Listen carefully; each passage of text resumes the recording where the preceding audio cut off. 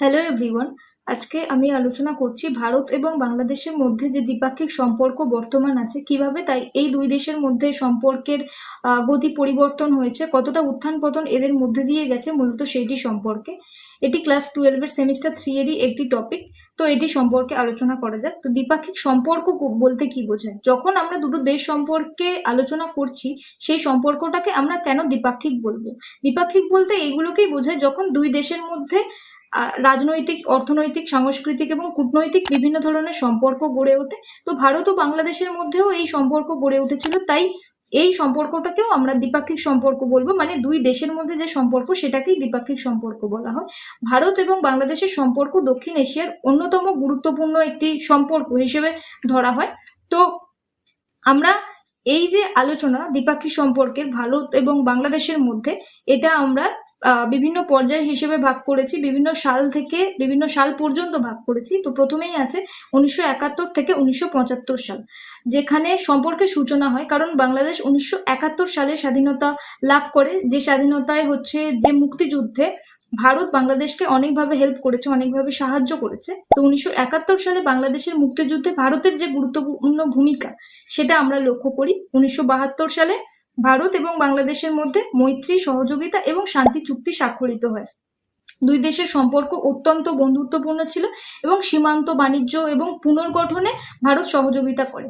তো এই ছিল হচ্ছে 1971 সাল থেকে 1975 সালের মধ্যে যে সম্পর্ক সেইটি। তো এবারে আসা যাক 1975 সাল থেকে 1990 সাল যে টাইম পিরিয়ডটা আছে, মানে স্বাধীনতা পাওয়ার যে পরের টাইম পিরিয়ডটা আছে, 5 বছর পরে এদের সম্পর্ক কিছুটা অবনতি ঘটতে থাকে। কি কি কারণে অবনতি ঘটতে থাকে? 1975 সালে যে হচ্ছে বাংলাদেশের মুক্তিযুদ্ধকে যে একদম এগিয়ে নিয়ে গিয়েছিল, মানে শেখ মুজিবুর রহমান, মানে বাংলাদেশের রাষ্ট্রপিতা যাকে বলা হয়, শেখ মুজিবুর রহমান, ইনি হচ্ছে নিহত হয়, মানে ইনি মারা যান। তারপরে বাংলাদেশের রাজনৈতিক যে মানে একটা আশঙ্কা, রাজনীতির যে অস্থিরতা সেটা বেড়ে চলে, ফলে রাজনৈতিক পরিবর্তনের ফলে ভারতের সঙ্গে দূরত্ব বেড়ে যায়, মানে বাংলাদেশে সীমান্ত সমস্যা দেখা দেয়, গঙ্গার জলবন্টন নিয়ে মতবিরোধ শুরু হয়, পারস্পরিক বিশ্বাস কিছুটা কমে যায়। তো এই সমস্যাগুলো 1971 সাল থেকে 1975 সাল থেকে হচ্ছে শুরু হয়ে গিয়েছিল। ঠিক আছে, এবারে 1991 সাল থেকে 1996 সাল, এই যে টাইমটা, এই টাইমে হচ্ছে সম্পর্ক আর একটু স্বাভাবিক হওয়ার চেষ্টা করে, যখন বাংলাদেশের গণতন্ত্র পুনঃপ্রতিষ্ঠিত হয়। যে রাজনৈতিক অস্থিরতা আমরা আগের টাইমে দেখেছিলাম সেই টাইম থেকে সরে এসে বাংলাদেশে গণতন্ত্র কিছুটা হলেও প্রতিষ্ঠিত হতে থাকে এবং দুই দেশ আলোচনার মাধ্যমে সমস্যা সমাধানের চেষ্টা শুরু করে। বাণিজ্যিক সম্পর্ক ধীরে ধীরে বাড়তে থাকে এবং কূটনৈতিক যোগাযোগ বৃদ্ধি পেতে থাকে।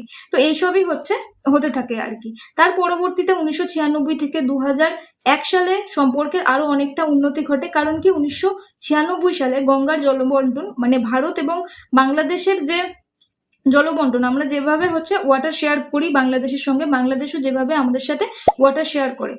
বাংলাদেশের যে প্রধান নদী যেটা পদ্মা, এখানে সেটা গঙ্গা, সেই যে জলবন্টন চুক্তি স্বাক্ষরিত হয় দুই দেশের মধ্যে, যেটি হয় 1996 সালে, এবং দুই দেশের মধ্যে সহযোগিতা আরো বৃদ্ধি পায়, বাণিজ্য এবং যোগাযোগ উন্নত হয়, রাজনৈতিক সম্পর্ক আরো শক্তিশালী হয়। তো এই জিনিসগুলো হচ্ছে এই টাইমের মধ্যে হয়। তারপরে আসা যাক, তারপরে হচ্ছে 2001 সাল থেকে 2008 সাল পর্যন্ত আবার একটু সম্পর্কে টানাপোড়েন সৃষ্টি হয়, যখন সীমান্তে কিছু সংঘর্ষের ঘটনা ঘটে। সীমান্ত সংঘর্ষ বলতে বিভিন্ন যে অবৈধ অনুপ্রবেশকারী, তারা হচ্ছে বাংলাদেশ থেকে ভারতে ঢুকে পড়ে। বাংলাদেশ থেকে কিভাবে ভারতে ঢুকে পড়ে? যেহেতু ভারত হচ্ছে বাংলাদেশের সঙ্গে বর্ডার শেয়ার করে আছে, তাই যখন হচ্ছে বর্ডারে কোনো সিকিউরিটি ব্যবস্থা তেমন ভাবে থাকে না, তখন হচ্ছে বাংলাদেশ থেকে অবৈধভাবে তারা চলে আসতে থাকে। এবারে ভারতে তো এত জনসংখ্যা, ভারতে এত মানুষের হচ্ছে বাস যেহেতু আছে, তাই অন্য দেশ থেকে যখন অবৈধভাবে কেউ চলে আসবে, কেউ নয় অনেকেই যখন চলে আসবে, তখন তাদেরকে জায়গা দিতে বা তাদেরকে ভারতে বসবাসের জন্য স্থায়ী পারমিশন দেওয়াটা ভারতের পক্ষে সম্ভব নয়, এটা কোনো দেশের পক্ষেই সম্ভব নয়। তাই জন্য এই যে অবৈধ অনুপ্রবেশ বা ইলিগাল ইমিগ্রেশনের জন্য দুই দেশের মধ্যে সম্পর্ক একটা মতবিরোধ দেখা দেয় এবং নিরাপত্তা নিয়ে হচ্ছে উদ্বেগ বাড়ে। তো এই জিনিসগুলো হচ্ছে এই টাইম পিরিয়ডের মধ্যে হতে থাকে। তারপরে 2009 থেকে 2014 সাল, 2009 থেকে 2014 সালে কি হয়? নতুন সহযোগিতার যুগ বৃদ্ধি পায়, যেখানে শেখ হাসিনার সরকার ক্ষমতায় আসে। সন্ত্রাস দমনে দুই দেশের সহযোগিতা আরো বেশি করে বৃদ্ধি পায়, বাণিজ্য আরো বেশি করে বৃদ্ধি পায় এবং যোগাযোগ ব্যবস্থার উন্নয়ন শুরু হয়। এই যে টাইমটাই হচ্ছে শেখ হাসিনা সরকার প্রথমবার হচ্ছে 2009 ক্ষমতায় আসে, তাই জন্য দুই দেশের যাতে সম্পর্ক আরো বেশি স্মুথ হয়, দুই দেশ আরো বেশি দুটো দেশের সঙ্গে বিভিন্ন ধরনের ট্রিটি করতে পারে, বিভিন্ন ধরনের কাজে সহযোগিতা করতে পারে, সেই জিনিসগুলো হচ্ছে আস্তে আস্তে চলে আসে এবং সন্ত্রাস দমনে দুই দেশের সহযোগিতা আরো বেশিভাবে বৃদ্ধি পায়, বাণিজ্যও আরো বেশি বৃদ্ধি পায়, যোগাযোগ ব্যবস্থারও আরো উন্নতি হয়। তো এই জিনিসগুলো এই টাইমের মধ্যে হয়েছিল।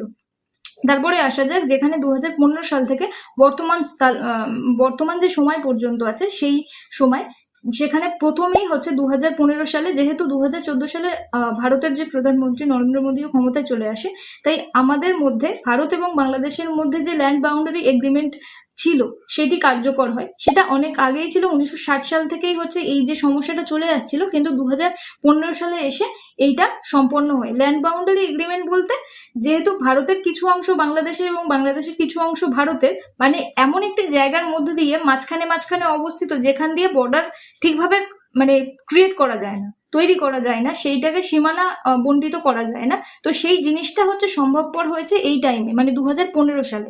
তো এই যে ছিটমহলের যে ব্যবস্থাটা এই ল্যান্ড বাউন্ডারি এগ্রিমেন্টের মাধ্যমেই হচ্ছে সম্পন্ন হয়, এবং দীর্ঘদিনের যে সীমান্ত সমস্যা ভারত এবং বাংলাদেশের মধ্যে, মানে এই দুই দেশের মধ্যে যেগুলো ছিল, সেটা হচ্ছে সমাধান হয়ে যায় এবং দুই দেশের মধ্যে আস্থা আরো বৃদ্ধি পায়। রাজনৈতিক পরিবর্তনের কারণে কিছু নতুন চ্যালেঞ্জ তৈরি হয়। এখনকার টাইমে যেরকম হচ্ছে শেখ হাসিনা সরকারকে স্টুডেন্ট প্রোটেস্টের মাধ্যমে হচ্ছে তাকে সরিয়ে দেওয়া হয় এবং নতুন সরকার গঠন করা হয়, বিভিন্ন ধরনের জিনিসপত্র গঠন করা হয়। তাই জন্য হচ্ছে এই দুই দেশের মধ্যে অস্থিরতা আরো বৃদ্ধি পাচ্ছে, মানে বৃদ্ধি পেয়ে গেছে অলরেডি। তবুও এই দুই দেশ কূটনৈতিক আলোচনা চালিয়ে যাচ্ছে।